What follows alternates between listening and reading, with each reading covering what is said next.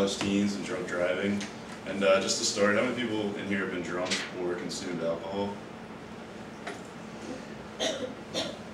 Alright. How many people tried to drive or attempted to drive after drinking any amount of alcohol? I'm talking about like 1 beer, 2 beers. Alright, I don't know if I can leave that, but how many of you want to drive this car? If I said you could drive this right now. What about now? Alright. Now that we're in college, we have to make a lot of drunk driving decisions. We're faced with those decisions a lot. Not even driving decisions, it could just be drunk decisions, whether or not to have that extra drink or dance with that girl or something like that. There's two sides of the drunk driving issue. Many people think it's alright if you have 1 or 2 beers and then you go to drive home. My goal of this presentation is to have you think about the other side, which is it's not okay, and that 1 or 2 drinks could mean the difference between your life and dying. There's many reasons why drunk driving is bad for teens and bad for everyone. First of all, it's easier to get caught for teens. According to MarylandNBA.gov, the legal limit for under 21 is .02, and many people think .08 is the limit for everyone in Maryland, and that's not true. And another thing people don't realize about this is .02 is a lot easier to reach. It can be reached by just having 1 or 2 beers. Another reason why it's easier to get caught is fake IDs. A lot of people think if you get a good fake ID and it scans, you're pretty much good to go. And that's not true at all. Fake IDs, they carry a penalty of up to $2,000 in fines and 3 years imprisonment if they choose to go that route. Another reason why we should not drunk drive as college teens, the teen population is higher risk and proven to prevent or cause more of the drunk driving accidents. And according to EdgarSnyder.com, which is a law firm that specializes in cases regarding teen drunk driving, American teens in the age group of 16 to 20 accounted for 17% of all drivers who were involved in drunk driving crashes. So, like right there, that's a fifth, almost a fifth of all drunk driving crashes. Teens were involved.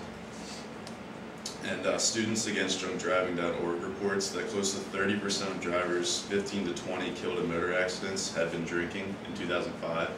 So that's almost a third of all the accidents in 2005 were related to drinking and teens. So what does that statistic? What do the statistics mean for all of you? Obviously, a lot of you fall into that age group, and as I said before, we're in college now where you're presented with alcohol a lot more. It's probably easier to get than wherever you are from. At home, you have your parents to look after you. You have, it's a lot harder to get because you're living with your parents, obviously. But now that you're at college, you have people, people have fake IDs. You may have one, and it's a lot easier to obtain. The solution, what can we do as teens to change this statistic and kind of make the situation better? There's an obvious answer, and that's don't do it. Have a plan before you go out to start drinking. A lot of the problem is you have a plan, and then you go out, and the plan pretty much gets shot right away. You go out and you have a friend who's going to be the designated driver, and then they start drinking, and you're already drinking, and then you're put into that situation already. A lot of times within the first hour of whenever you go out. Just some questions to ask like before you go out. Who's going to be taking us there? Who's going to be getting us home? Who's going to be the designated driver? And a lot of things, the big part of this is stick to the plan. Whenever you ask these questions, don't just answer them and then go out and think carelessly. Always have in the back of your mind like, what's going to happen later on. Have a plan, be controlled.